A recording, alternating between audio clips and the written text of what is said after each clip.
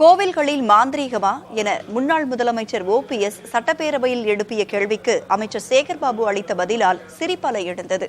மாண்புமிகு அமைச்சர் அவர்களும் சில விளக்கங்களை கேட்டார். அவர் அந்த கேள்வியை கேட்கின்ற போது மாந்திரிக பூஜை பற்றி சொன்னார். மாந்திரிக பூஜை என்றால் என்ன என்பதற்கு மாண்புமிகு அமைச்சர் அவர்கள் தக்க விளக்கத்தை அளிப்பார் என்பதை கேட்கிறது. மாண்புமிகு பேரவைத் தலைவர் அவர்களே, அவரும் ஆன்மீகவாதி. நீண்ட நெறிய படிக்கட்டுகளில் பல திருக்கோயிலில் அவர் எண்ணங்களை நிறைவேற்றும் என்பதற்காக சுற்றி வருபவர். அவருக்கு தெரியாதது ஒன்றுமல்ல.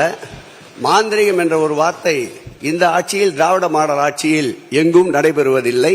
பரிகார பூஜையை தான் அவர் மாந்திரிக பூஜை என்று மாற்றி சொல்லிவிட்டார்.